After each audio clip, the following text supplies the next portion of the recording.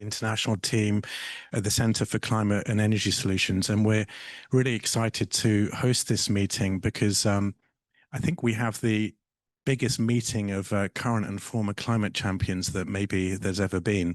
My team was suggesting we should play "We Are the Champions" as background music as you walked in. But particularly grateful for Dan, and I've asked your team several times how to say your surname, but Eoshp, Dan Eoshp. But thank you so much for joining us. The reason why we convened this, and Lilium, your lead negotiator, was sitting in that chair just a few minutes before you. We're a big fan of your fourth letter. There's 7 presidency letters so far. I suspect there may be a few more in the next 42 days before the COP. But the fourth letter speaks very much about this idea of aligning the action agenda with the outcomes of the first global stocktake, which I think is potentially very transformational, providing that those in the room and the others involved in the climate regime support you with that. So we were hoping that you might say a few words about that vision. We have some other climate champions joining a bit later. Lawrence Tubiano's on her way and Nigel's on his way as well. But Dan, you have the floor. If you could say a few words about the vision, and then I'm going to turn to Bruno for the details. Well, thank you very much for the invitation. This is Lilian. She was my friend from youth, so she just came in. And very happy to be here with Bruna and to talk about the one only or unified action agenda that was drawn for COP30. And we really hope that this was not for COP30 only, but it could last longer. I think that's a first very important point. It took us some time. We tried to talk, I think we did, with most of the parties, with the Marrakesh partners, with UNFCCC, with the entities that have been working on this area for so many years, because we wanted it to last.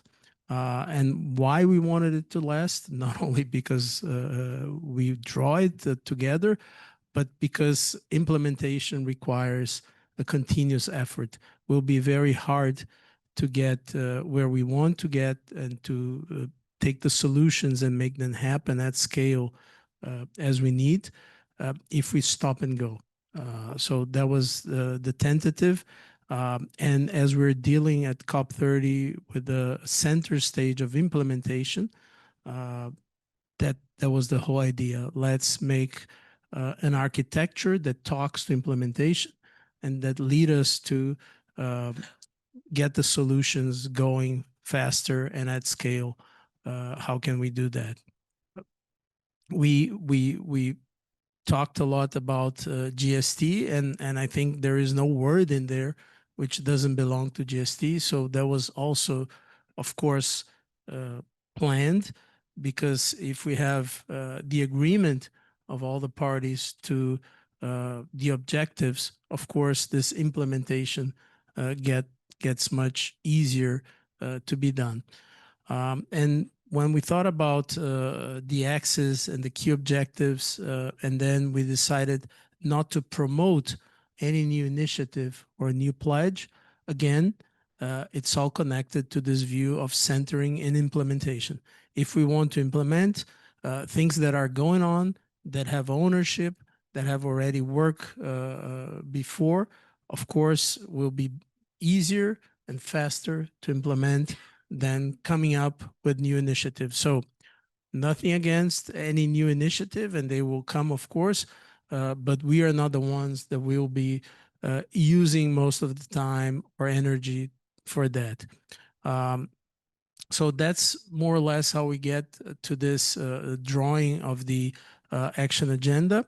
And maybe to get to the end of it, and of course, Bruno will give a much clearer view of this.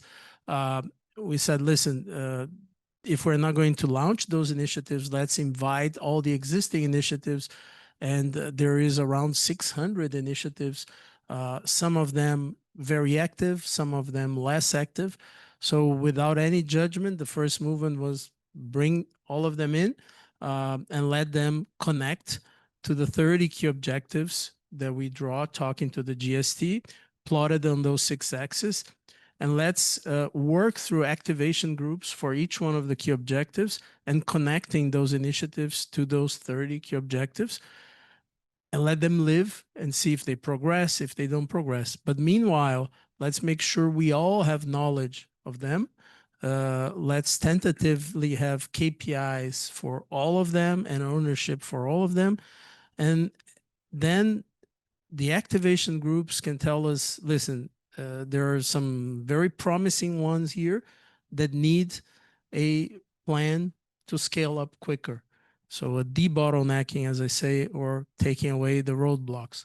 And then, of course, this does not happen up to November. You don't solve complex problems in 2 or 3 months or in the 2 weeks of COP. And that's why we also believe that this continuation of the process is very important. And of course, it has to be updated. The key objectives or any of it should be reviewed over time and updated. But hopefully, we will show that this is a good way to move forward, to connect the GST, the action agenda, to focus on implementation, to have this flexibility as we move forward, and to call in all this non-governmental society as well to join the companies, communities, etc., through the activation groups, through the entities that have been working and those that are coming in. They have capillarity and they can connect to all these specific entities. So trying to give you quickly a view of how this was developed and what is the reason why. That's sort of what I would like to share with you. Also, very important, we are receiving feedback from the parties about this whole process, because the presidency of Brazil has this responsibility of proposing a 5-year strategy for the climate action agenda. And in my opinion, I think Bruna probably agrees, this process that we went through is the heart of the strategy. And of course, we need the competencies to follow this along on a dynamic way, but we need to think about that. And your feedback, of course, is utmost important for us to check and see if this makes sense and how can we make it better every day. And finally, just one point from a perspective of a business person, which is my case. I would really like to see this process working 365 days per year. No stop and go, no buffers, no timeout. And that's also part of this drawing. If we can make those activation groups really work, even changing actors in there, but working all the time and debottlenecking and going from one problem to the other, probably we can speed up the overall cycles for the solution, for the monies in and out, and then we can have a more positive approach to this, built on the work that has been done over many, many years by very knowledgeable people that created the initiatives, that came up with them, that can really be a positive outcome, hopefully, for this proposition. Of course, time will tell, and we are not going to get everything right. There is a lot of fixing to be done, but that's the overall idea behind this process, in my opinion. Thank you so much for that. I'm sure Bruna is happy to hear about no time off, 365 days. And welcome to Nigel. We're proliferating climate champions here. This is maybe the biggest grouping, and hopefully Lawrence will join us. Manuel, would you pass the microphone to Bruna, if you don't mind? I'd like now to turn to Bruna, who is the general coordinator for the COP30 action agenda. And I mean, Dan alluded to it. We at CTS did a lot of work on the first global stocktake, and the thing that we were saying all the way in the years leading up to it, but also as it was being adopted, is what's going to be the golden thread from the global stocktake outcomes to actually delivering. And that's why we're so excited about the fourth letter, because it actually delivers that golden thread from the negotiations to implementation. And actually, now that you've announced it, it almost seems incredible to think that there's another way of doing it. I mean, it has to align. So, Brina, I was wondering if you could say a little bit more. Sort of Dan mentioned things like the activation groups and things, but maybe you could outline a little bit about how that's going to work. I know it's difficult without the PowerPoint behind you, but also I know that you've recently completed a consultation with parties and civil society about the 5-year plan and how to maybe stabilize the action agenda across presidencies. Maybe you could give us a little bit of a preview of that, the outcomes of that. Well, thank you so much, Kaveh, and really thank you for building the space for this conversation. I think, as Dan said, we're very much building all of this in listening mode. So it is very crucial to us that we have these spaces of conversation and that we're able to listen as well, so that we make sure that we're building something that is fit for purpose. So really appreciate the space. And I have to confess, I'm very humble to be here with all of the high-level champions, I feel like. But this is the work that we are that we hope to build and to really on top of what has happened and all of the successes that you've made. And you made a very nice panel of the 5-year cycles. So I love that as well. So Manuel, Lohans, who will arrive soon, were the first cycle of the action agenda. Then Nigel with Gonzalo brought the second cycle. Of course, Dr. Mahmoud is there as well. And now we're looking into the future. So I'm almost scared to set out what we're thinking about to see if it makes sense for everyone. But going into a bit of the detail on what Dan was talking about. So yes, starting from the GST as a framework, that was the first point for us was, as Dan said, implementation is the guideline for us. What we wanted to achieve with this COP is a turning point to implementation. So we thought about what does this mean to the action agenda? What is the role of the action agenda in the implementation process? And very much were looked into the previous 10 years and what should we be doing for the next 10 years. That was always the rationale. And we think that the action agenda has to be an implementation tool of the convention. It has been designed as such, especially to bring in, by brilliant Lima Paris action agenda, bring in the non-state actors as well, but also voluntary commitments from the countries. And so we wanted to design something for continuity for that. And looking at the 5-year cycles of the Paris Agreement, it's, as you say, right, it becomes very obvious that the global stocktake is that instrument that tells us how we're doing in terms of implementation of the agreement. And that has to be the basis on which we work. So hopefully this will then be integrated into the 5-year cycles of the Paris Agreement. And so very literal work of going through the 196 paragraphs and trying to group what could be themes that are throughout the GST. So if you look at our beautiful PowerPoint, which I'm always happy to share, you will see some numbers there. There are the numbers of the paragraphs that we have taken the themes out of. And then going into the next stage of this, the 30 key objectives, which are more granular, because if you're trying to gather the stakeholders, maybe a broad access is too broad to bring all of the stakeholders together. So I think there's a bit of practicality there as well. So when we got to Bonn, that was the moment when we launched the fourth letter, and that set out the framework of the GST. But then the big questions that we have been asked in Bonn is, how are you actually going to put this into practice? And I think a lot of questions, are you actually going to be able to do this by COP and so on? And so I think the next steps from that was for us to design the how, the process that we were going to go through. And as Dan said, if we're looking at implementation, we need to stop reinventing the wheel. We need to stop creating new things every year, but going from the basis of what's already there.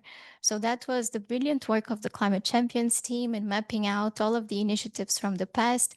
We've tried going into the UNFCCC Global Climate Action Portal, which is supposed to be our reporting tool of the action agenda, but it is incomplete. Not all of the initiatives are there. So I think there's something like 175 initiatives reported into the GCAP, and compared to what we found, almost 700 initiatives actually going to research on each of these fields. And so these 600, we went to them and we invited them, please join us in this process. Of these, almost 400 responded to us, which was impressive to us because we didn't know if these initiatives were alive or dead, if they were working, if they were not. And these are the activation groups. So it is all of those initiatives from the past, now almost 400, divided into 30 key objectives that we have set out for the action agenda. So we have one group looking at tripling and doubling. We have one group looking at investments for forests. We have these groups working. We have set out the first meetings of these groups. So there's always that week where we have 30 meetings of the 30 activation groups, which is very fun. And then we've put to them 3 asks. The first ask was that they reported on their results. So if we're talking about implementation, we need a narrative at the scope, which is about for delivering the results on what's come before. And so we're asking them now, they are in the middle of the cycle to report to the NASCA portal, the Global Climate Action portal. Let's see how many of them actually respond. But we did a first quick survey of them, of the outcomes that they wanted to bring to COP. And we've had almost 400 responses to that as well. So we already have a set of outcomes that are planned. Then the second ask to them was to help us build a granary of solutions. The granary of solutions is more about inspiration than anything. I think, as Dan said, right, it's solutions oriented. So we needed to shift to a positive narrative about there are solutions that are working on the ground for climate, for people, for the economy. And so we basically want to give visibility to these solutions. And this is what we're launching tomorrow in the flagship event of the Climate Action Agenda. You're all invited to that. But it isn't any more than us collecting from all of the initiatives, the banks of solutions that they have, the case studies that they have, and putting this into a platform that help us talk through the positive stuff, the things that are happening. And the third ask that we've made of them is, can we look together into the future and build something that is plans to accelerate solutions? So if these solutions exist, what are the bottlenecks for them to accelerate implementation? How do we go faster on investments, on implementation of public policies? What are the blocking points of those things? And the plans to accelerate solutions are designed to be collective plans between the initiatives. So you have different stakeholders in that to accelerate a given solution. And it is literally an action plan. What is the outcome? What is the action? Who's going to do it? By when? With a deadline of 2028, which is the cycle of the global stocktake. So this is where we are now. We also question ourselves, is this going to be enough time to build these plans? And actually, we've set a first deadline for drafts, and we've received 70 draft plans already. So there's a lot of excitement. People are excited. As Dan said, it won't be perfect. I think these plans will be, not the best that they can be. But if we keep the architecture over time, I think the theory of change is that we will create a community of the stakeholders that are doing the action, and we'll iterate that over time. And the last thing is maybe going into the consultation, right? So taking this into the future and the next 5 years, we have opened a consultation, a submission process. And as Ian told me from the UNFCCC, and I hope that that information is correct, it has been the submission request on the action agenda that has the most responses of all the submissions. So then he's saying yes, so that's true. And we've had 6 submissions from parties, but from groups of parties. So I understand that that's over 100 parties that have responded to that. Overwhelmingly positive response about the GST framework. I think a lot in there about the how, the really people are keen for transparency, for process that is clear. I think people do want that continuity, and that was came through in the submissions. And I think one thing that we have not yet addressed is the connection to the NDCs. So how does that support the implementation of the NDCs? So there are a number of things that we still need to think through and figure out in the architecture and process. And as Dan said, it needs to be continuously improved. So I think what we're thinking about for the next is, how do we embed in the process every year a revision about, for example, the activation groups, that we do an assessment maybe January right after COP, has this one worked? Has this one not worked? If it's not working, let's cut it. Let's move to the next. And so that it builds continuity. Thank you so much, Bruno. You wouldn't know it, but she hasn't actually slept for like several months, I don't think. You can have a holiday in about 48 days, I think, according to Lillian. Actually, 60 days. 60 days. Just a housekeeping. You should all have QR codes on your chairs. So if people want to submit questions or online, please do that using Menti so that you can pose questions to the panel. We'll actually be having 2 panels because we have so many climate champions. We can't put them all on the podium at the same time. But one of the things I'm a big fan of this approach, but one of the things you talked about is the stability. And I know the climate champions team and former champions have done so much work over the years. And having a stable structure going forwards. I mean, you mentioned 30 objectives, but they're not anything new. You're literally mapping directly to the global stocktake. So it might seem like yet another iteration, but it's actually a very logical thing. So the question is, how do we stabilize that, but still give successive COP presidencies some freedom to shape and prioritize? So next, I'd like to turn to Manuel. Actually, I described you as a champion, but you were never actually a champion. But you are effectively a champion because I don't know anybody who talks more about the action agenda than you. Emmanuel, of course, was the COP30 president, and the reason why I confuse that is because you were so instrumental in Lima of setting up the action agenda. So I think you are effectively a champion. But we were speaking earlier about the overall Paris architecture in our panel earlier today in the reform. But the thing that came up many times is the link between the negotiations and the action agenda. And I wonder whether you have some thoughts about maybe the vision of the incoming presidency, whether you see that as a good evolution, and maybe some advice for Dan and Bruno on how to make this a success. Thank you, Cabe. So first, let me start by congratulating Brazil.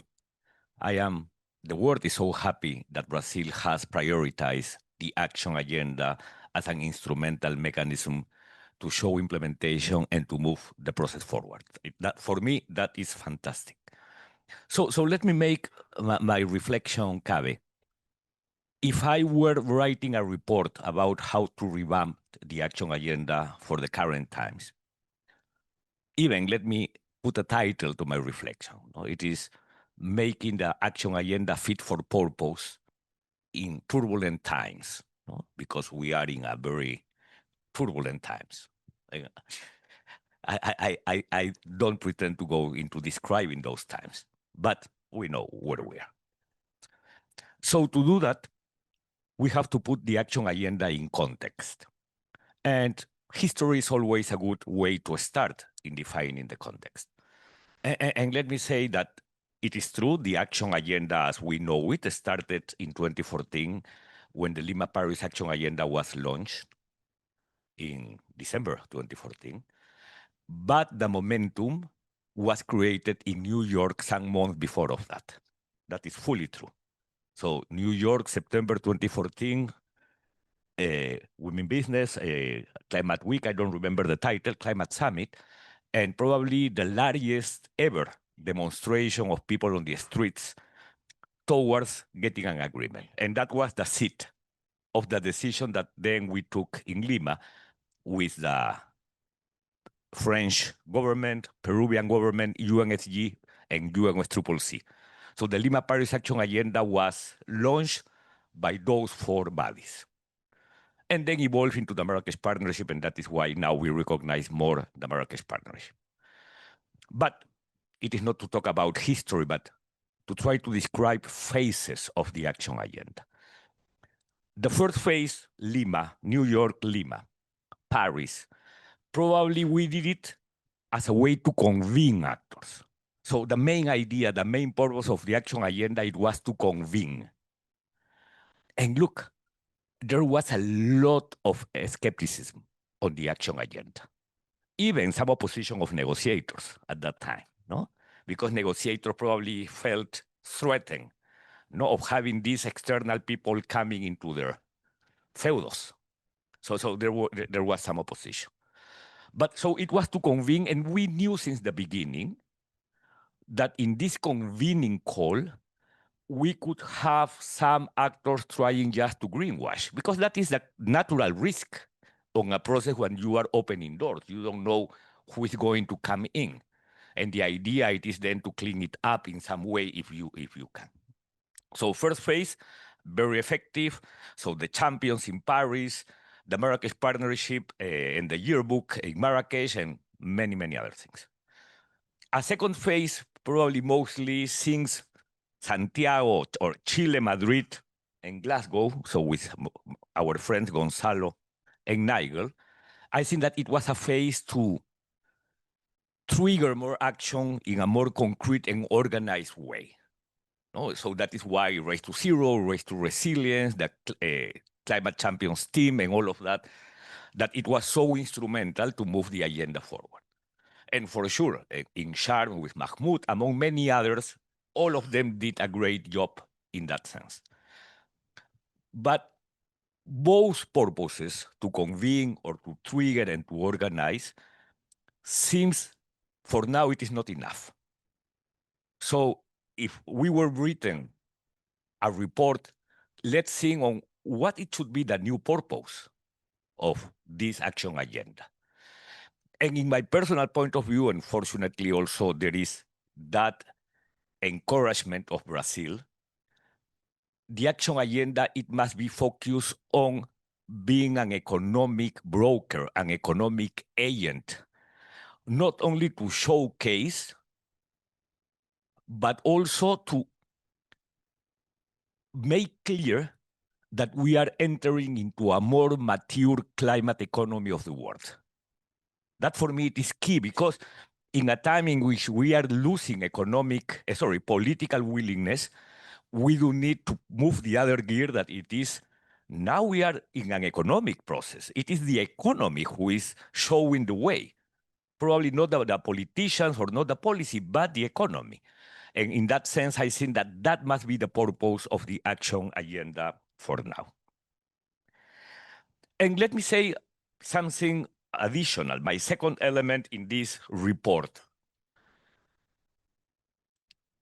When we launched the action agenda, we did it by convening those actors, external actors in Lima, into the plenary hall, so into the main hall, and that was on purpose. The idea it was, let's make these people feeling that they are part of this process. So it is not just to convene, but to connect them a bit with the formal process. And sometimes we are forgetting how important it is that the action agenda, it is kind of semi-formal process, because it is not fully formal. It is not something under negotiations, but it is something that it has always gotten a recognition, acknowledgement, or welcoming by the plenary, what it is fantastic. So we did it by convening it in the plenary room. We did it by creating the figure of the champions that are representing countries, by NASCA, etc. And why I am saying this? Because again, those elements must be kept, but should be improved. Because the idea it is that this economic agent, this economic broker, should be even more closer to negotiators. Because let me say something, negotiators are not yet understanding the importance of the action agenda in my personal point of view. I am not blaming anybody, but they are not understanding how much instrumental it could be. And I am sure that André Correa do Lago will do that, no? And Dan Jospe for sure, no? Because that is so, so important. So you have a big task, Dan. So, no, but it is important to connect with them, to connect with these people who are negotiating. That moves me to the third reflection. If we do want to revamp the action agenda, what it is important it is to recognize what are the current needs of the process. So what the process is suffering for. And for sure, probably because we do need to continue improving the idea that this is an economic process. I don't want to repeat that. The second, probably the most important, it was also related to the first panel, lack of credibility and accountability. The process is suffering of lack of credibility because it is not including mechanism to make the actors being more accountable. That is, in my personal and humble point of view, the key element of the problem. So if we don't have mechanism to make actors being accountable, we won't move this forward. The third one, it is that we are suffering on fragmentation. And that is something, so the different bodies are fully fragmented each to other.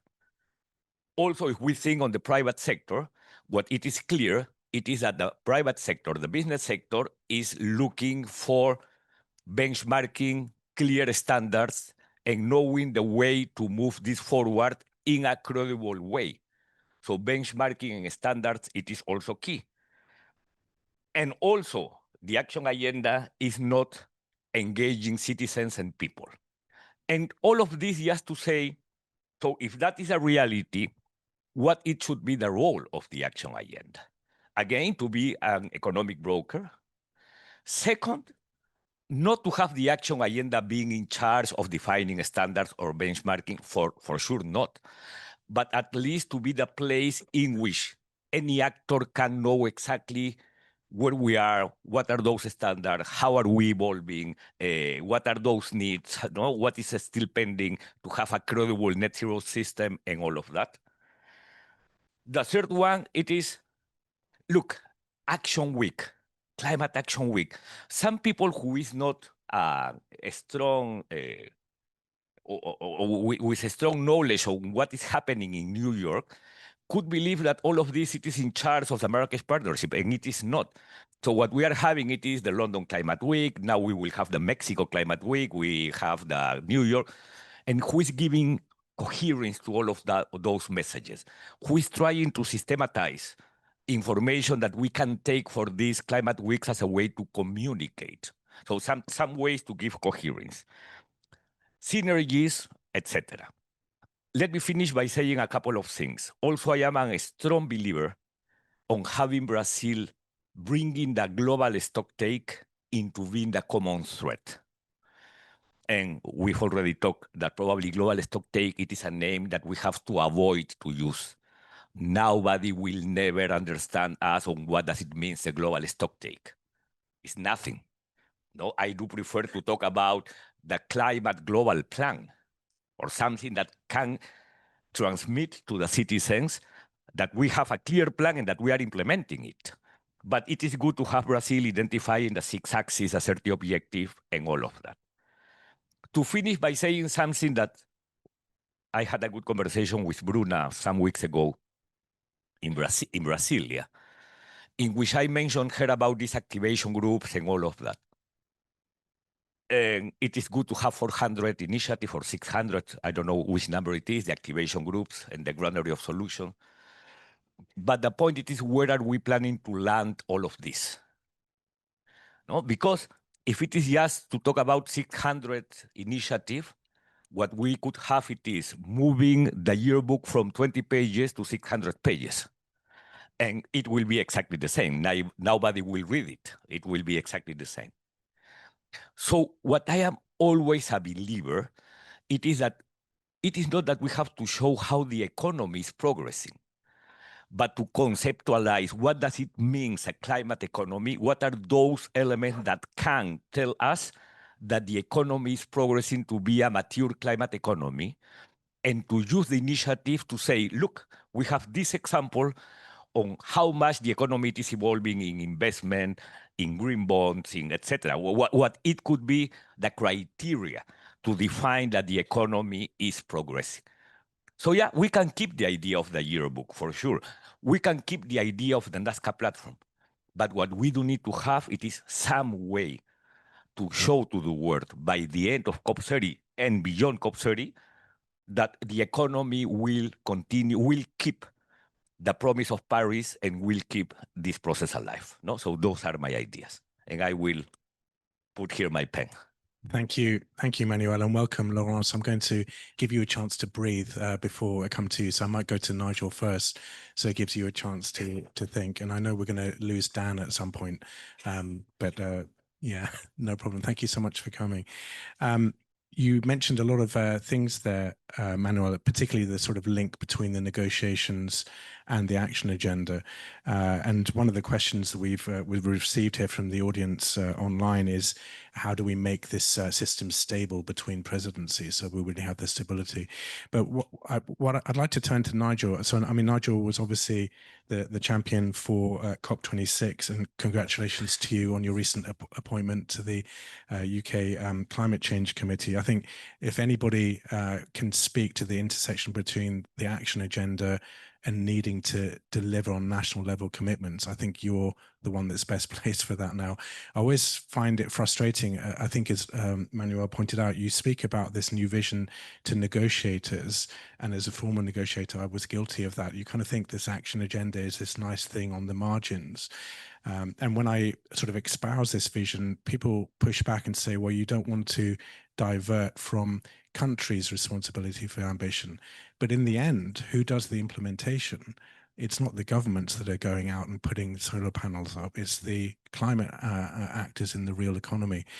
So, Nigel, I mean, you've heard the presidency vision, and COP26 did a lot to mature the action agenda around certain themes. I'm wondering what you think about the presidency's vision, how it's evolving, maybe some advice for them, and how could we sort of stabilize this across presidencies, but still give presidencies enough room to innovate? Over to you.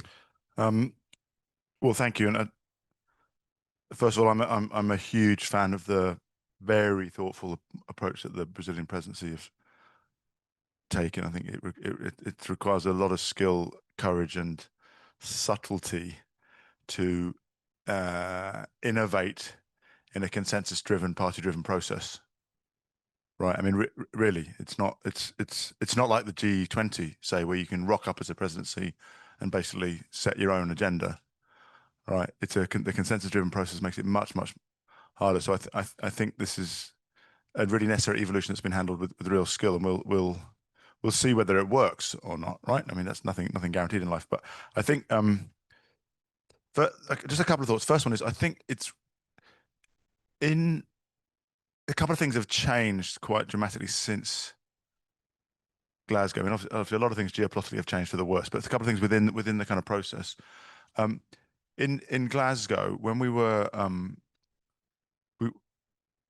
we start to see this real explosion of the normative power of net zero and science-based targets, or short-term targets, but we wanted to make that something more systemic. So, because we had the extra year, remember, so we launched the breakthrough targets, which are these of exponential 2030 goals per sector. And but one decision that we made between the champions and the presidency was not to try and extend that to the political process, because in Glasgow there was still so much being negotiated, right? There was still so much to land, and that had been very, very carefully thought through, and all of the trade-offs. And so to sort of excitedly add something new to the negotiations mix could have upset the equilibrium. We could have ended up with a much worse negotiated outcome because we'd fought for something that we'd added in the last minute. So and at the time I was frustrated at that. I didn't understand the nuances of negotiation enough. With hindsight, I see the wisdom of that. That it did the UK presidency did launch something called the Breakthrough Agenda, which cleverly didn't have actual deployment targets, but had a generic objective of all the participating countries making the technologies within that breakthrough agenda reach the point where they were the best solutions in all countries in the world by 2030. So it's a kind of clever political target that plays to technology transfer and kind of international just transition without the politics of trying to negotiate an EV phase out internationally, right? You can imagine that. So I think, but since then, the process has evolved to actually be much more comfortable with clubs of the willing, which have states and non-states.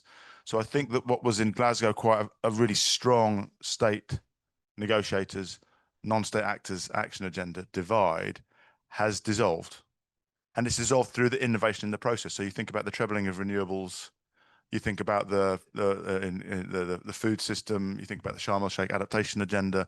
These are all things that have kind of come out of the action agenda, but have included clubs of willing state actors and have been kind of allowed, embraced, welcomed even by the collective process. So the DNA of the process, which was single party veto, has sort of softened in the action agenda to recognize that actually sometimes some countries will be ready and need to go faster. So that's a really important, subtle evolution of the practice, if not the rules. I think the other thing I wanted to say is that is that stability of architecture is super important. I mean, we tried to achieve that in Glasgow. You know, in Glasgow, we were mandated to deliver a plan. We delivered a plan which was really warmly welcomed, and we tried to put in place enough structure to give that plan continuity.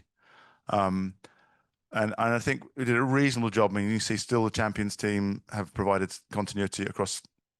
You know, we put that together in whether it was 2021, and now that team has supported 4 more champions since then. And I think it's safe to say has allowed the Brazilian presidency to do more with the action agenda than if they'd have to start with a team from scratch who didn't have all that process knowledge and all that relational capital.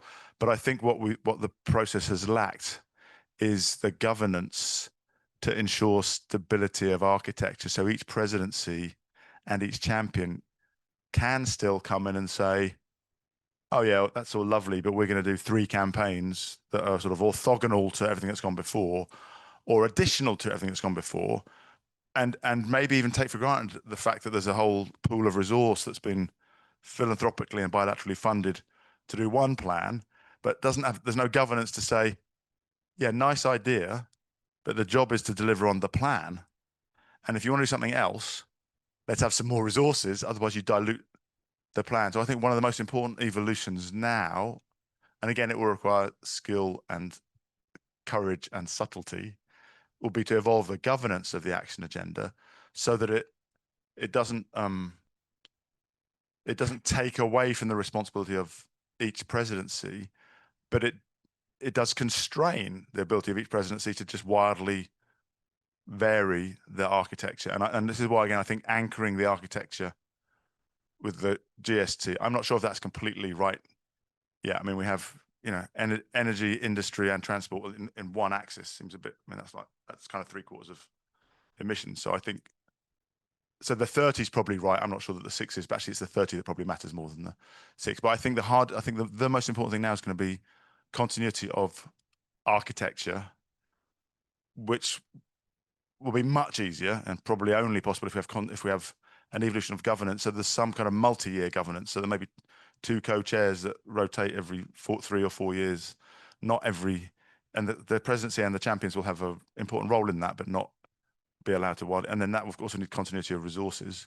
And of course those additional resources have come philanthropically and bilaterally, and probably, you know, my guess is that they will still have to come philanthropically and bilaterally because of the constraints on secretariat resources. But I think we need to see that as a sort of extension of the secretariat. It's a bit like, a little bit, there's some similarities, if you like, with the climate change, something that sits outside of the formal process, but is formally tied to it. It's sort of 1 foot in, 1 foot out. Thanks a lot, Nigel. I think you really highlight the tension there, because as you say, at COP26, there was still a lot to negotiate. And I think Lilium's still in the room. There's still a lot to negotiate at COP30, but the rule book is done and the system is up and running. So the question is now, how do we stabilize the action agenda across presidencies? And the time may have come for a more formal recognition of that and a way to do that. So that's a difficult one for the incoming presidency to handle that, because we've struggled in the past to get any more than a passing reference to welcome the work of the champions. But something more normative on that front may be the time. So last but not least, on this panel, we're going to have a changeover of panels after this one, so please don't go anywhere. And we've also got a reception and cocktails and things in the room next door. If you have questions, please pose them through Menti on the QR code or online. But it's my pleasure to welcome Laurence. Thank you so much for coming. I mean, she doesn't need an introduction, but I feel compelled to do that. She was, of course, France's climate change ambassador and special representative for COP21. I was in the EU at the time, and because the EU is next to France in the UN nameplates, I had the pleasure of sitting next to Laurence for many of the months leading up to Paris. She, of course, was the first high-level climate champion, and is currently the CEO of the European Climate Foundation. So, Laurence, I mean, you and Manuel together were so instrumental in setting up the action agenda. And as a negotiator at the time, I was really kind of wondering, well, why is France pushing this so much? Because at the time it was all about a treaty, and I was, well, what is this action agenda thing? And of course, you were proven right on that, on a number of things. But essentially, how do you think that this has evolved, and how do you see the role of the action agenda going forwards, particularly when there's all of these questions in this special year of 10 years after Paris about whether the regime is working? Is there, what role does this have to play, and how can we support Brazil to make this a success? Over to you. Thank you for the invitation. It's just good to have all of us on the same place, because when Manuel started that in Lima, and then we began to see, look, we need to have all these elements in Paris. It was, of course, we didn't know where it was to land, no, and it was the invention of the champion idea, or to recognize that the business and the local authorities and, well, all the pillars of Paris, no, and with the assumption that government would not deliver by themselves alone. Second, that we have to shape the expectation, which might, in a way, but Nigel, you have been really working very hard in Glasgow, shape the expectation for the future. So has to be incentive for all the distributed leadership that climate anyway needs, that people are oriented in the same direction.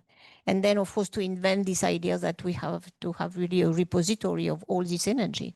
So that was finally formalized in Paris, even if people didn't get it, why it was there. And I remember some delegation friends saying, why you put this so complicated? Why not we have only some treaty?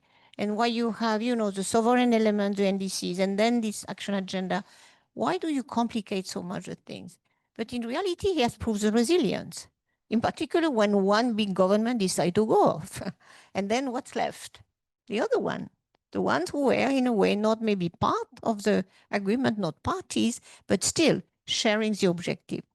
And you know that Nigel, of course, when you came in, it was already, it was still in the making. Because I remember in Marrakesh, people were saying, but you guys, the champion and all this, you are taking time out of our negotiating time. It was really nobody understood really at that time. Now it's a totally different picture. And it was really the product of all this group of champions progressively making this more normal and more, and as you mentioned, Nigel, even now government with business with many actors in some strange ways, and some, because that's the normality of what life is about, how we implement. So I think so my first conclusion is we are at the moment this learning process is done. That we know that we need all this involvement of all these actors to deliver. Of course, my dream in Paris, I was really not serious, in a way, not reasonable. I was saying, look, the countries has to deliver every 5 years, which is, of course, the base of the Paris Agreement, their NDCs, and then to revise it upward. And ideally, I would like everybody doing the same at the same time, because then it creates the wave, the noise, while what Nigel, you have been so strong in say, we need really the wave of commitments. So this idea of having the same calendar, etc., didn't work. But you know, now I think we could fit differently, because we have 2030, 2035, 2040, 2050 is just there. And so that's why I probably disagree a little bit. Maybe Global Stocktake doesn't talk to anybody, but it is an anchor that for the moment, and finally the result of the Global Stocktake in Dubai was good from the content point of view. People have been serious about revising what they have done or not done. And now, of course, my dream is that we connect now the commitments of all these actors to the challenge, which is effectively the plan, the challenge, the gap, whatever we want to call it, but what we collectively engage into solving. And I think it's so necessary. When I look even at, you know, a big country that would announce probably these days, tomorrow, it's NDC, and it will look like, but not great from a number point of view. And then we know that the provinces and the local authorities and the business and the plan will go much beyond what officially the government would propose. That's the strategy of a country, but in a way the signal will not be there. So we'll have to look at the signal from the other parts of the country. The other way, we will have no USNDC, but we know that the states and others will come with, we will do that. So that's the moment now to regroup. How we do that? Can we do that within the structure of UNFCCC or not? That's a big question mark. That's why I think it's healthy. We have a discussion, and thanks for the COP30 presidency team to try to organize all this. And we may need, if we want a sort of not equal footing, but almost that equal engagement of the mayors, of the president of states or regions and the government around the table. And if we want them to talk on the same level and not having, you know, the one ignoring the other one, we need probably a new setup.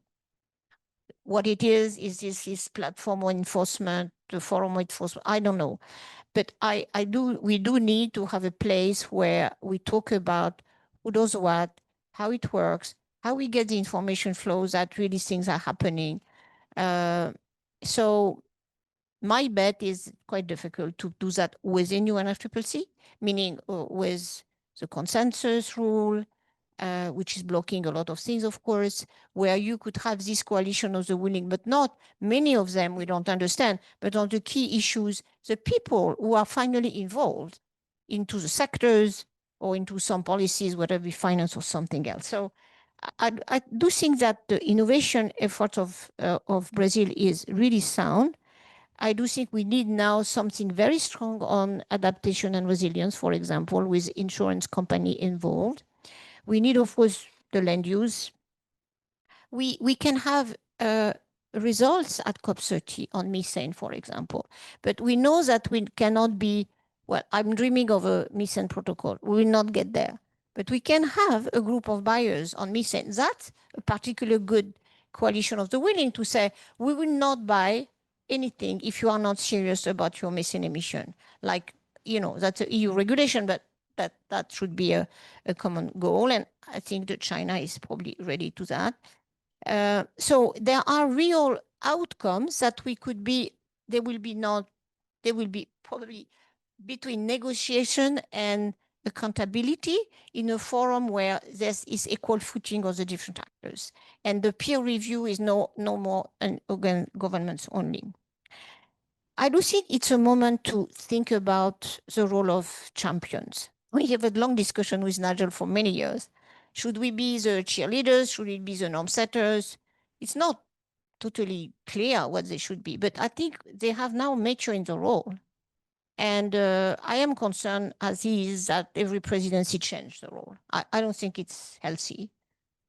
So that's why we have to formalize this platform in a way where the champion then could play this role of facilitation or checking or what the champion do, but in a way where they know where they can intervene and they know where they can act and where they can push, because for the moment they don't have the mandate. Ideally, we should give them a new mandate. Of course, we vote for that in Baku, but it was just the same. But I think it's worth trying. Why we don't give them another mandate? Brazil has made innovation with these special envoys that are not from one place to another place. And, you know, I am between the European and Brazilian, trying to calm them on one side and encouraging on the other side. It's good to be in an uncomfortable position, really, frankly. It's really interesting. So I think we should follow them. No, why don't we create, again, speaking aloud, I haven't discussed that with anybody, but I think it would be good to redefine in a good way the role of champion, to give them a new mandate. If not, it's really difficult. Really, we don't help them at that stage when in reality there is a lot of maturity.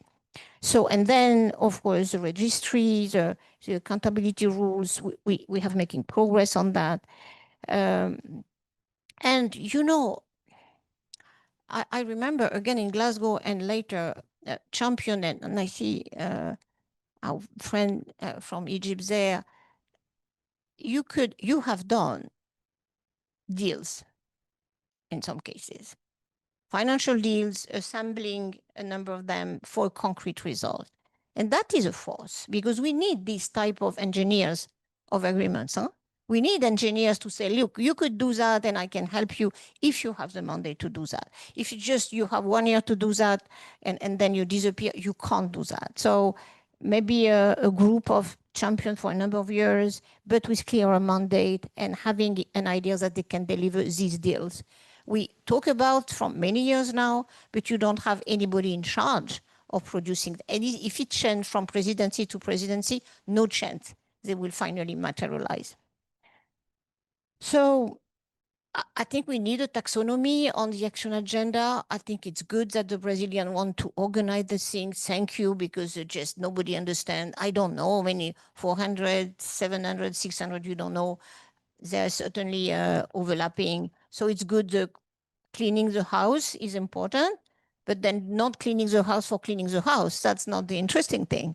It's cleaning the house to allow for a new dynamic to really to proceed. And that, for me, is create this platform of an implementation of Paris Agreement, where finally I see so much the demand on the mayors, on the regions. So example, even in Brazil, we need these people at the table. And so we have to break that difference between the government on one side. You have so I would be undiplomatic, so I should bear.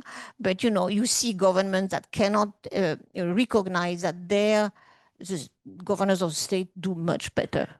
And they have much more innovative ideas out there. So they stick to their, and that's in the big countries very evident. They stick to the rule or their diplomatic negotiation style, where in reality people are advancing very, very quickly behind them. So I think we need a place where we stop playing these games. So I stop there. So if not, I will not be reputation of being a normal diplomat at all. You're the consummate diplomat, so I think that would be difficult. But I think the theme that really came through from this panel that you touched on, Laurence, is this question about how do we stabilize this between presidencies? I think there's a lot that can be done in the UNFCCC without consensus, but there's some things that require consensus. And you also talked about what do we do inside and what do we do outside of the regime. So that's something definitely to think about. And please stay in the room because we're going to have a change of panel and stay online. But I'd really like you all to thank Manuel, Bruna, Laurence and Nigel. Bruna, you stay with me here for the second panel, but thank you so much for coming. A round of applause.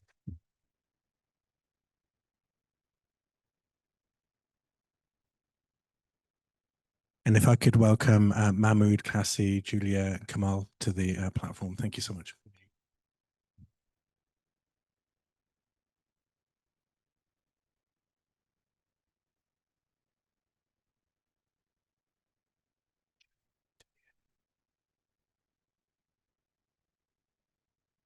So I think at one point we had 4 climate champions in the room. So Mahmoud, please join us on the stage.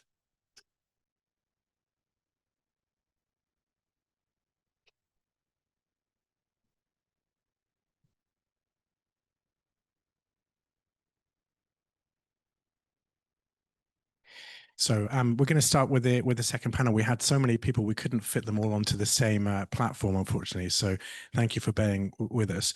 We're going to start with Julia. We're going to start with you. So I'm just throwing you under the bus there.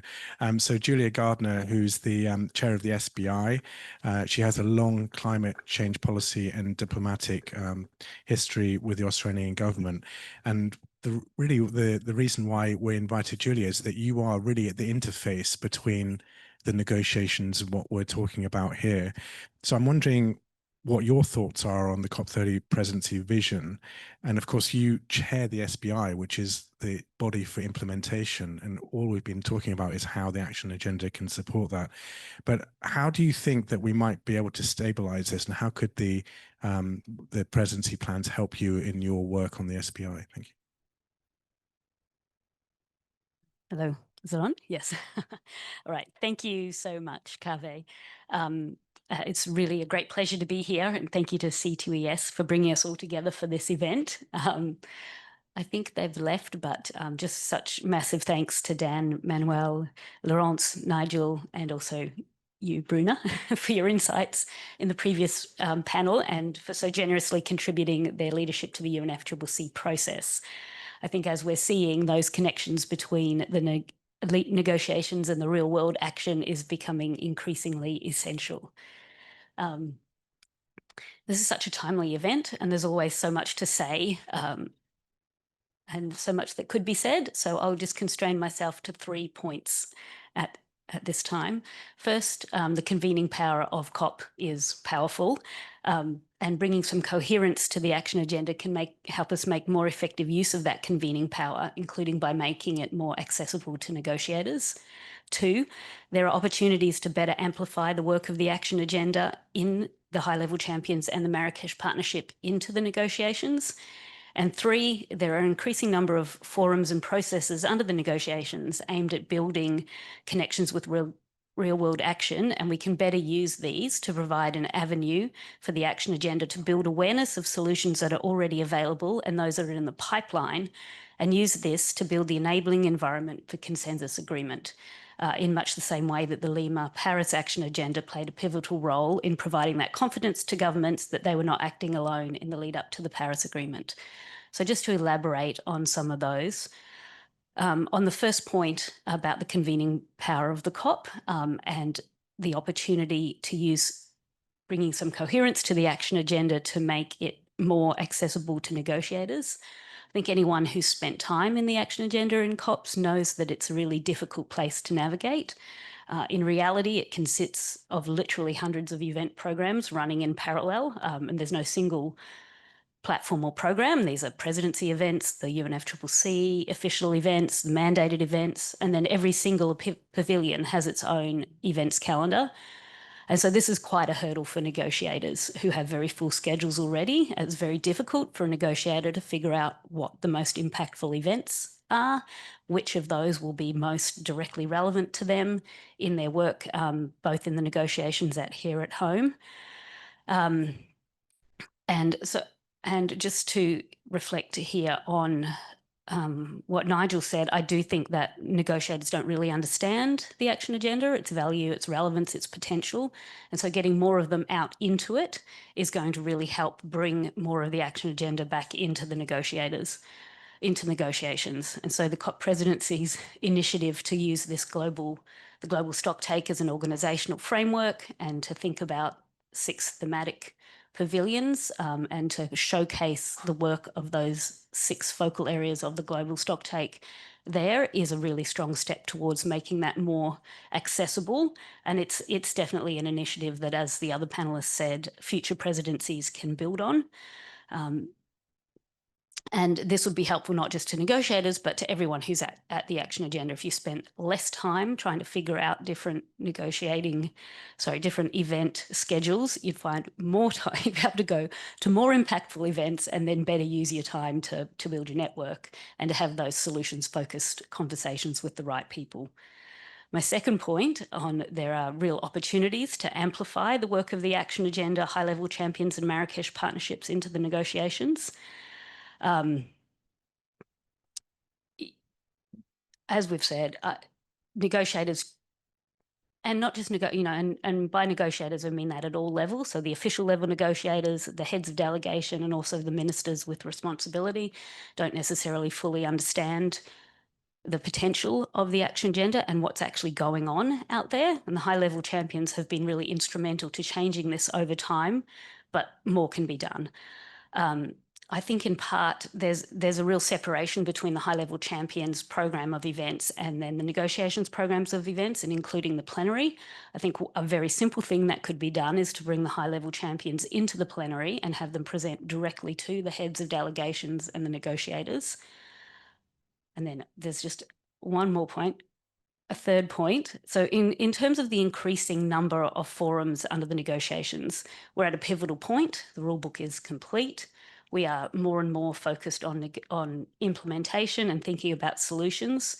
We have the process and institutional architecture in place. But what this means is that under the negotiations, we're seeing an increasing number of agreed processes that are focused on bringing real-world actors together with negotiators in order to try to accelerate implementation. For example, we have the two I'll focus on. I've got a lot more examples, but the just transition, the dialogues under the Just Transitions Work Program and the Mitigation Work Program are two examples. There's some space dialogues there that are designed to bring real world actors together with negotiators. We have learnt, we've had about 2 years of these negotiators. They've been a kind of pilot project, but there's a lot more that we can do a lot better here. Where we've brought in actors from outside into this space, the discussions have been much more rich and much more concrete. We don't always do the best job of doing that. But one of the things I do want to say about that is that I think we need to protect the spaces that as negotiators we design to be, or we say they're going to be about collaborative experience exchanges and lessons, exchanging lessons. And when we say that's what they're going to be about, they need to be about that. We need to create the opportunity for those real open discussions. And then we need to use those opportunities to kind of build the understanding amongst negotiators about the solutions that are there, the ones that are applicable to their government's problems, and when they're ripe, bring them into the negotiations. And we can do that through the global stocktake. So I think just three main points. Just to finish, I just say, just to borrow from the COP presidency's concept of the multilateral. I'm sure I've pronounced that terribly. But it's such a powerful concept, right? And basically what it gets to is the fact that independent action by diverse actors across the spectrum, using their own strengths, theatres and capacities, working to address a shared problem and towards a common goal, is the way that we solve tricky problems. And I think that concept applies really well here to all the kind of surge of innovation and energy that we see from the action agenda, and recognising when it's right, when the time is right to bring it into negotiations. Because a thing that Nigel said is if you bring it in too early, you can have negotiated outcomes that are worse. So you need, and the coalitions, these coalitions of the willing are so incredibly important. We don't need to agree everything by consensus right away. We can have these multiple streams of work that complement each other. Thanks, Julia. You raised a lot of points there, not least you reiterated something that Manuel said earlier, which is bring the champions into the plenary. But I think you also articulated something that was on my mind. I think the incoming presidency structure gives some simplicity and organization to the action agenda in the way that people can know what's going on. And I think the global stocktake gives that structure that previous champions and presidencies didn't have. And I think that's important. And I think some advice for the presidency as well is that, unfortunately, in this process, you have to bring the negotiators along with you, even on the action agenda. So I think, Bruno, you need to make as many presentations as possible with your wonderful PowerPoint, which I've seen, but we don't have a screen here, unfortunately. I'd now like to turn to Cassie. Cassie is the Director of Climate Change at UNDP, and she leads the UN's Climate Promise.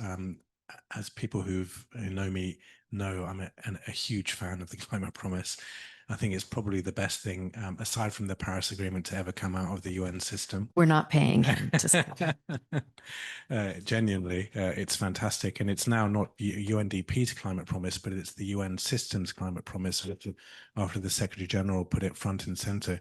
So, Cassie, I'm just wondering, the action agenda, how does that intersect with the work that you do with countries on delivering on their NDCs? Thanks so much, Kaveh. And it's such a pleasure to be here and to also have the last panel to seen and heard the immense journey that we've all been on when it comes to the action agenda. And I think we're seeing that now with NDCs. So, as Kaveh said, and again, we don't pay him to say this, we have supported now over 90% of developing country NDCs. And we are now starting to really watch them come in the door. And thinking about now, we've got sort of two parallel conversations going on. We have, what is the level of ambition of these NDCs, but then also how can they unlock implementation? How can they unlock the actual work on the ground? And I think this is where, when we think about the quality of the NDC and, you know, the level of data and the costing and all of these, but also it's, and back to the point that was made in the last panel, is who's implementing this? Who's actually a part of this? And I think this is why I get so excited about the action agenda, and I get so excited about seeing the evolution of this action agenda. Because I think if there's something that we know to be very, very true about this process, is that even though we have a very technical core in terms, and a political core of these negotiations, everyone in the world has to see themselves as a part of this process. Everyone has to see themselves as a part of what comes out of the Paris Agreement discussions, what comes out of when we talk about clean energy, when we talk about food systems and adaptation and resilience. Everyone in the world has to feel a part of that. And I think that's what the action agenda does. And we've certainly seen this within the NDCs. If you look at the evolution from, you know, the intended nationally determined contributions going into Paris, now the level of inclusivity of these NDCs, the level of perspectives, the levels of the ways that governments are trying to talk to different constituencies, whether it's the private sector or young people or marginalized and frontline communities, I'm really looking at how these NDCs can reflect that. And we're starting to see now within these NDCs, you know, you look at the level of loss and damage, discussions on loss and damage in these recent NDCs. That's because of immense advocacy from constituencies on the front lines to be able to get this in there. When you look at now even just the conversation around investment in NDCs, there's now much more substantive conversations with the private sector about what it means for this to be a signal for investors. And so I think that this, as we move forward with the action agenda, I think there's such an immense opportunity, and certainly, you know, fully supportive and a big fan of Brazil's attempt to, you know, sort of herd all of the cats with all of us this. And I think there's also something really poignant about, you know, these pavilions, these thematic pavilions that give space to this, give space for these conversations. Because again, I think when people can see themselves as a part of it and see themselves there physically or online or, you know, throughout this sort of the many meetings that we have, when they can see themselves as a part of it, then they know that they're a part of that solution. They know that they can take action. And that's something I'm really hopeful about. Thanks so much, Cassie. One of the things that you said that really struck me is that the action agenda allows everybody to see where they fit into the system and what part they can play. And what excites me the most about the COP30 vision is that is clearer than ever before. So whether you're at the COP or you're working on climate action outside of the COP, you can see directly what the work you're doing, how it links to a specific outcome from the Paris Agreement, which is the global stocktake. So everybody knows what they're working towards. And I think that is actually something new. I think also the different activation groups, if they were to be aggregated in terms of their impact, could actually send very clear signals to the outside world about what is being done beyond just the formal country outcomes. And my advice would be for the presidency to announce that on the final day, so it's not all about the horror of the final plenary drama that we always see.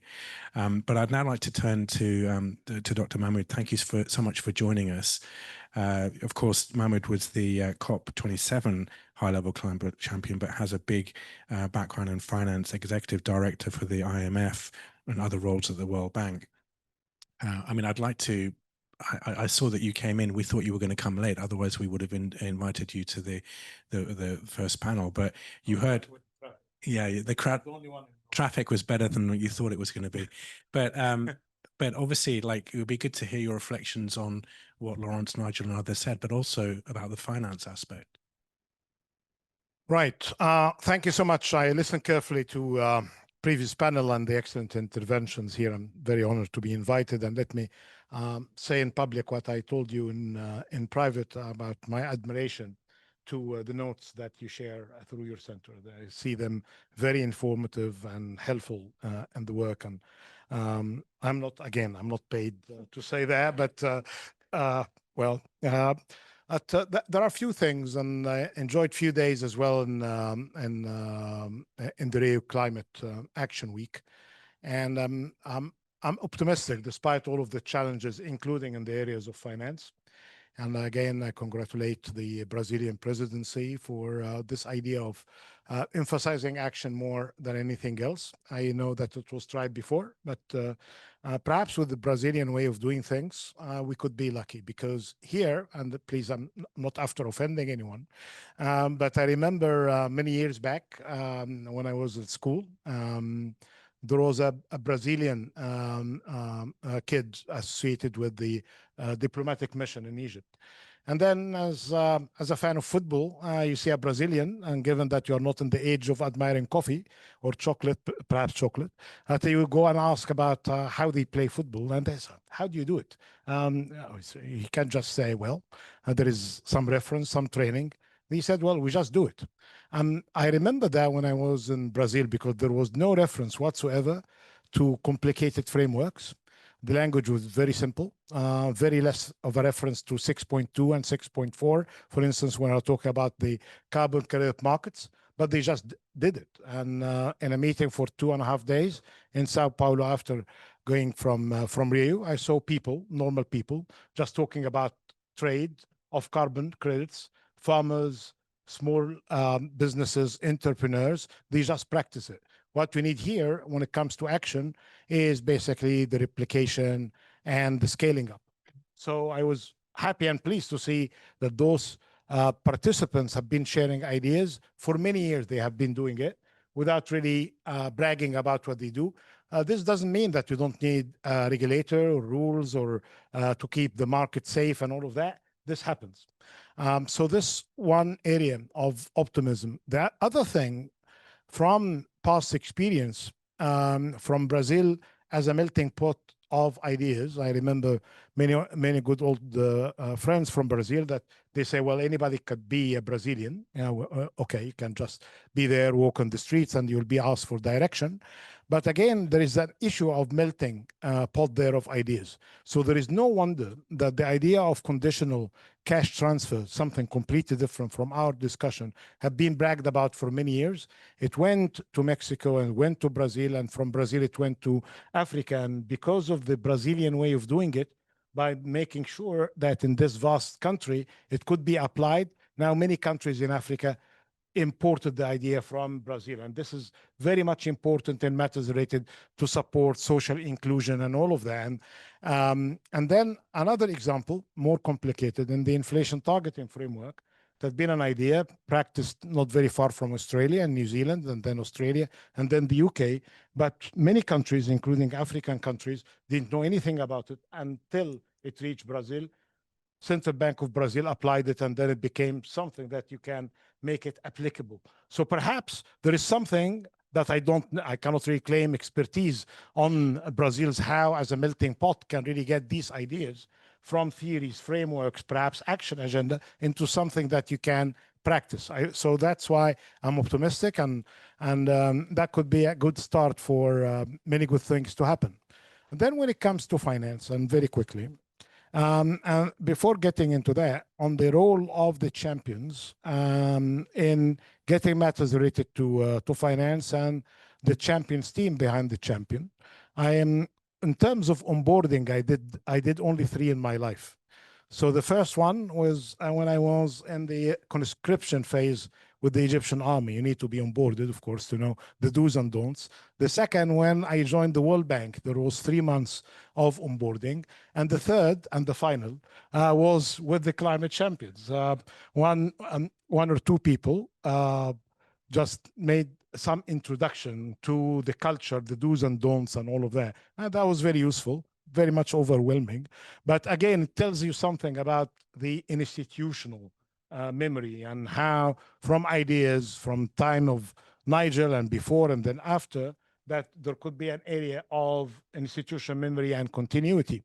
And then the issue of getting the champions to speak to the negotiators and to be there in the plenary. Yes, we have these opportunities from time to time based on the flexibility of the presidency of the time. Some of the presidencies were more open to the idea than others. But again, it's the issue of inclusiveness, of the champions, especially if you bring the Marrakesh partnership into action as well, because it can really bring many ideas on what's happening in particular communities and localities.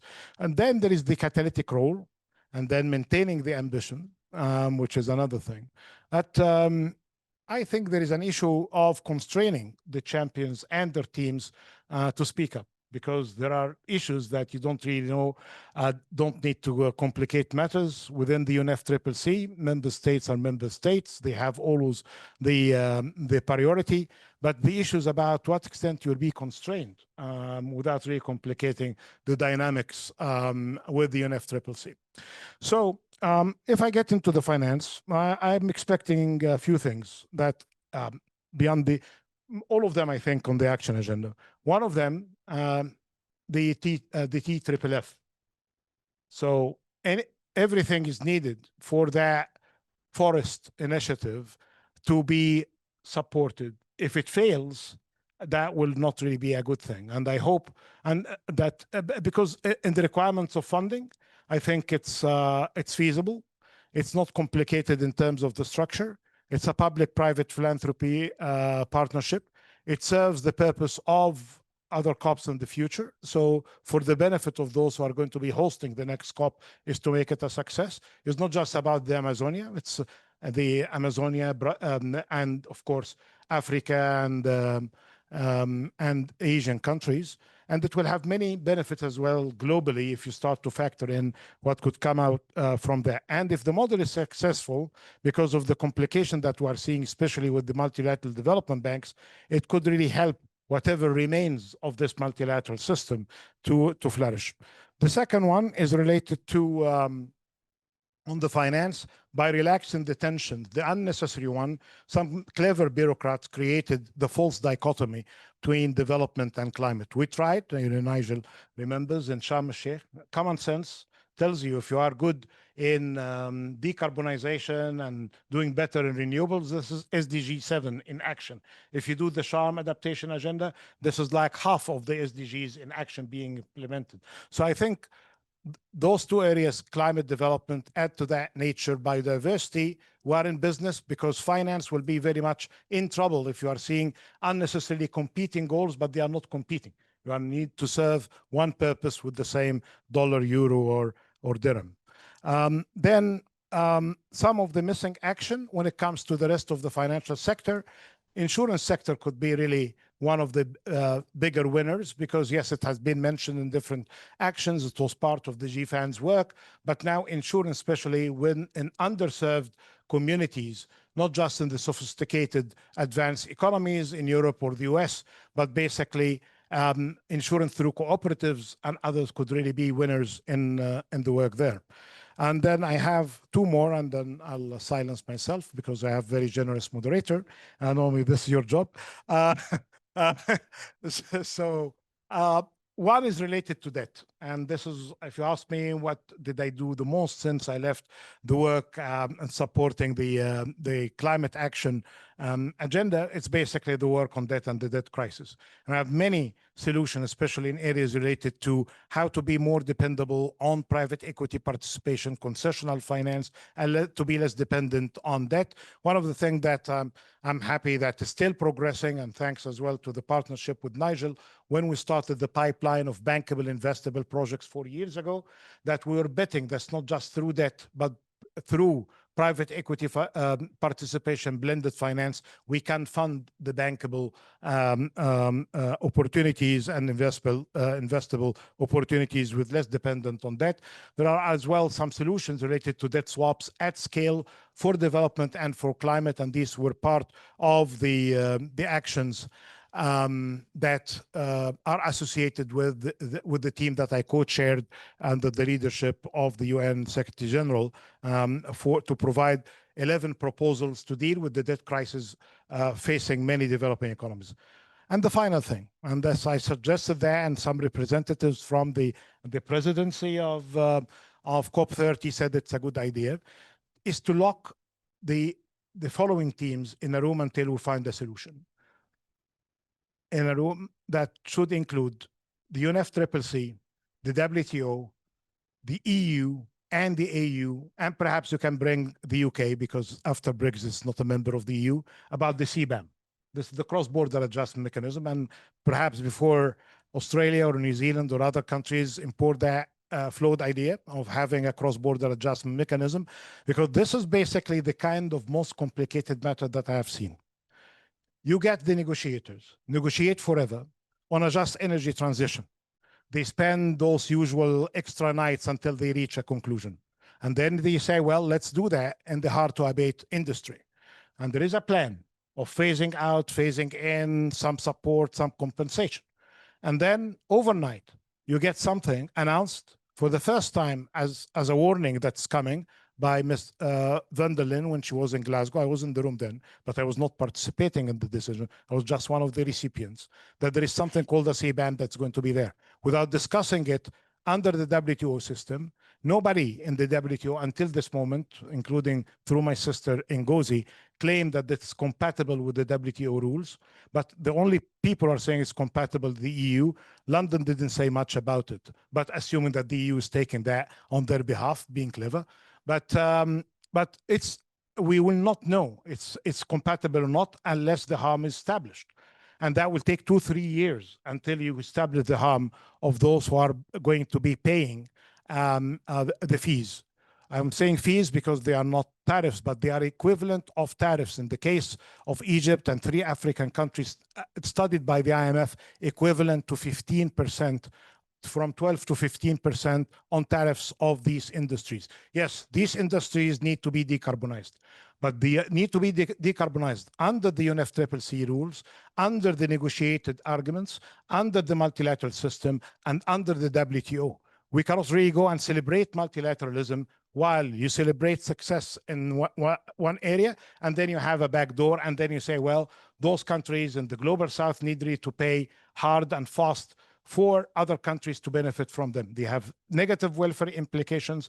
And the first who compromised the multilateral system in this area was not Mr. Trump too. It was the EU, and it was after that London. And we need really to be very much frank about the implications on that. That could be an area of harm that should be stopped before the implementation in the first day of next year, in the case of the EU, and it will be implemented in 27. I'm not saying keep the emissions of steel, cement, fertilizers as bad as they are. I'm saying decarbonize with a phasing out mechanism, with a good system, and through the burden sharing. This could be one of the successes, possible successes of COP.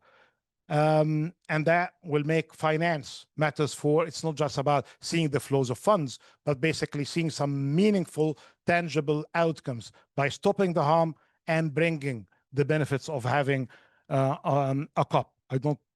I wish that I'm not adding to the high expectations coming from the Brazilian presidency, but we're expecting that from you, Brazil. Thank you. Thanks, thanks, Mahmoud. I won't comment on the CBAM as a former EU negotiator. I'll stay quiet.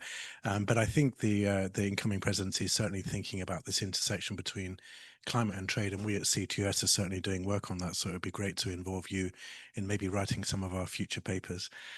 You also mentioned the intersection between development and climate action. That came up very much in our last panel. And that's something that we need to think about. I'm going to shamelessly advertise that the UN expert group is going to be coming out with a new report on Wednesday that sort of puts a figure on the potential benefits of taking a synergistic approach between climate and development. And finally, you mentioned the Brazilian characteristic of getting things done. In my experience, there aren't any better negotiators on the planet or diplomats. They might be equally good, but the Brazilians set their bar. But also, I think they're the most stubborn people if you put them in a corner. So I think if they say they want certain outcomes from the COP, I'm pretty sure we're going to get the outcome. So we started a little bit late, so we're going to carry on for another 7 minutes or so, if that's okay. Please do stay. We have a reception next door. I'd like now to turn to Kamal Kishore.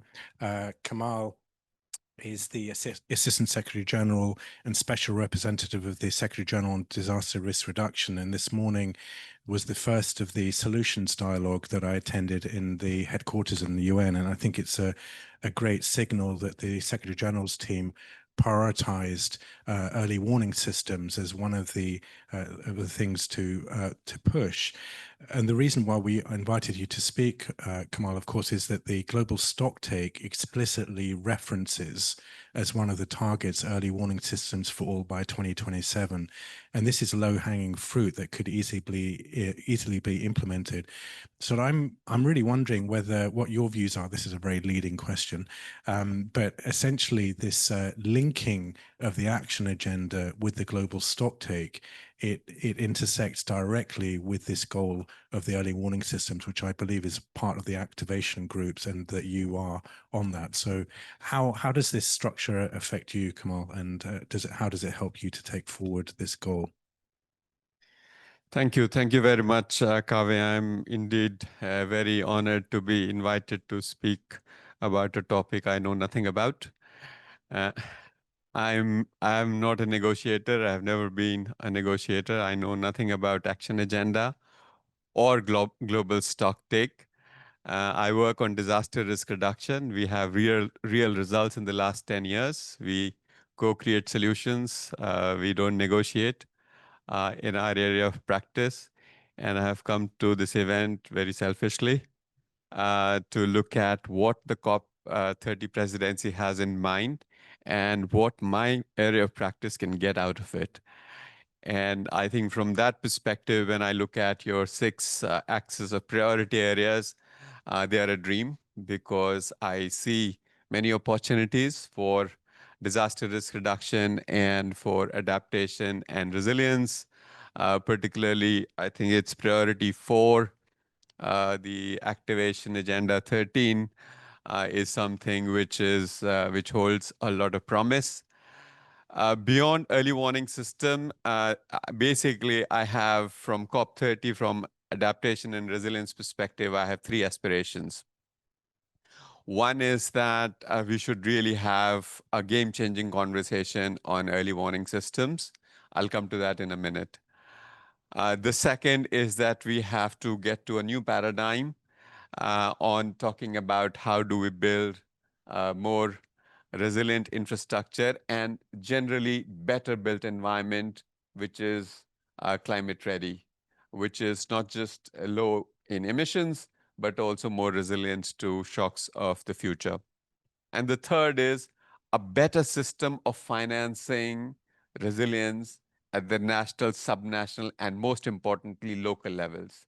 There's a lot of discussion, billions to trillions, not enough about what happens on the front lines where communities can exercise their own imagination, initiative, and resourcefulness. On early warning system, we've made huge progress. If you live in a cyclone-prone area anywhere in the world, the chances of dying now are 1/3 of what they were 15 years ago. And it's not, I'm not making a rhetorical statement, it's borne out by data. For geophysical hazards, 2 months ago, there was an earthquake in eastern Russia. Within 30 minutes, communities in the western coast of the United States, islands in Pacific coast of Japan, communities had warning, they had evacuated. This is not something we could have taken for granted 5 years ago. So we are making real progress, but there are 3 issues with regards to early warning. The first is that money. I think it's the best value for investment you can get, yet we are not getting enough investment in early warning systems.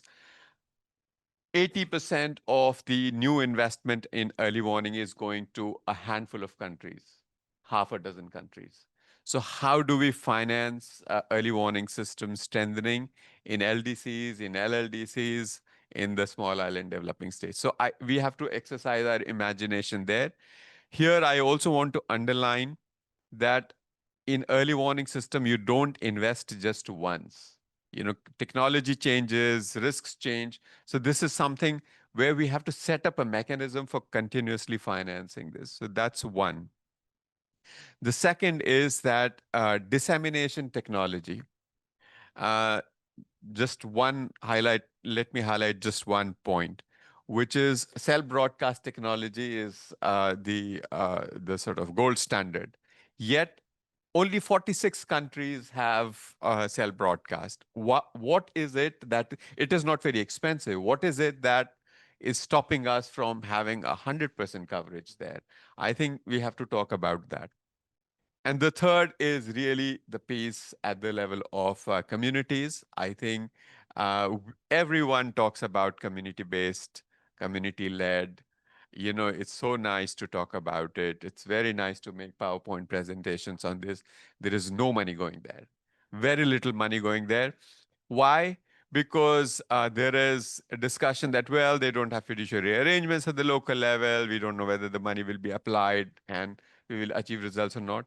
If there is one risk worth taking, that's the risk worth taking. Devolve, devolve, devolve. I think I'll just stop here. But we have huge aspirations on adaptation and resilience from COP30 Presidency. I'm educating myself on action agenda. Next time I'll have a different conversation. But it's really a great opportunity, and thank you for your vision. And you can count on us on behalf of my community of disaster risk reduction practitioners, and of course my office. Thank you. Thanks, Kamal. I mean, I don't know if you heard Laurence earlier. She was speaking about how it's important to get real world actors and not negotiators. So that's exactly why we invited you here. We definitely don't need more negotiators in the UNFCCC process, and it's very frustrating because I think you're showing how with very limited resources you've made a real difference to saving lives around the world. So again, it comes down to finance, and we know the money is out there.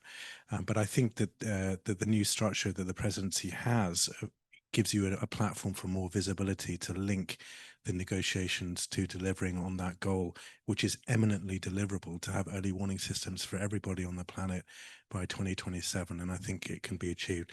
Bruno, we're running out of time. I'm going to throw you under the bus in a moment to maybe give 60 seconds of thoughts, or maybe 120 seconds. But one thought that came into my mind is that we've had 4 former climate champions, maybe 5 with Manuel here. Maybe you need a circle of former climate champions with all of their networks to actually pave the ground with their constituencies to help you land that sort of stabilizing structure across presidencies.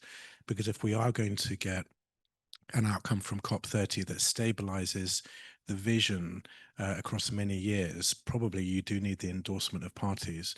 And Mahmoud and Nigel and Laurence and Manuel, they all have vast networks that could help you with that. So if you haven't done it already, maybe a circle of former climate champions, because we don't have enough circles yet. You have the last. Thank you very much. No, thank you so much for this. It's really always really rich to listen and to be able to get everyone. Maybe on final thoughts, I think there were many points that were raised that were very helpful, but that, as someone said, please manage expectations, right? It's like everyone wants everything to come out. The one thing that I would say about this is the Brazilian spirit of COP30 is the spirit of multilateral. So as you bring in, the things that you would like to see out of COP, please come and do it with us. I think that is the main thing. And I think there were 2 categories of ideas that came out of here. The first about things that we can have as concrete outcomes. And I think this was something that Manuel said that's stuck with me, and that's with me every day. It doesn't matter how, great the structure looks. If we don't get to results, it's worthless. So we need to get to results. And I think in this final stretch, 7 weeks from now to COP, this is the main task. We need to get to very concrete plans on things like early warning systems. But I think many things were raised here. I think Laurence talked about adaptation, methane. These are all things that are being worked up in these plans to accelerate solutions. As we're here in New York, I think we have about 14 roundtables, in addition to the solution dialogues that are closed door with the stakeholders that need to be on the table to implement these plans. We're touching on a range of issues. I think some was said here about finance for adaptation. We've had one this morning designing on adaptive social protection mechanisms. That would be very interesting about how do we blend different instruments into that. So I think what we need is exactly, you were talking about the three problems. That is the structure that we have for these plans, but we do need you to come and say, these are the actions that we need to take to unblock these problems. And who's going to do it and by when? So I think this is the power of having this across the activation groups, across the initiatives, so that everyone can bring to the table what they can do. And I think Mahmoud talked about the point on trade. That is another aspect that we do have a plan that's being developed. Ambassador André Correa do Lago was in Geneva last week talking about this at WTO. I think Lilian was very happy about what you said about CBAM, I am sure. But I think there are some things that I'm quite excited. Yesterday, we had a conversation with the private sector, with WBCSD and BCG helping organize. And some of the things that they want to see, because we're talking about a difficult geopolitical issue, but it's also not very easy at the private sector side at this moment. So some of the things that they are talking about, it needs to make sense from an investment perspective. It needs to have a return. And what are the things that can leverage that? And things like carbon accounting that we don't really have a discussion on, but are things that we do want to put on the table as part of this agenda. So I'm quite excited about that kind of thing, and really do invite you to come and build the points that you've all raised here, bring them to the table more specifically. The second category was about the process itself and the governance. I think there were many very interesting points that we are struggling with in terms of having a very good solution. There is no very obvious solution to this governance issue. No very obvious solution taking this back to parties. The parties will want to negotiate the whole thing. And how do we, the power of the action agenda is that you can come and do, it's all voluntary. So I think some of the things it was very helpful. I need to digest a little bit, and maybe we'll ask for some help with some papers that are more specific on things that we can do. But definitely very appreciated the opportunity to listen, and hope that, we can work on these things from now until COP. Thank you so much, Bruno. We'll definitely help you with more papers, so you can count on that. I would like everyone really to thank our panel for taking the time to join us. So really thank you so much, Bruno and the others.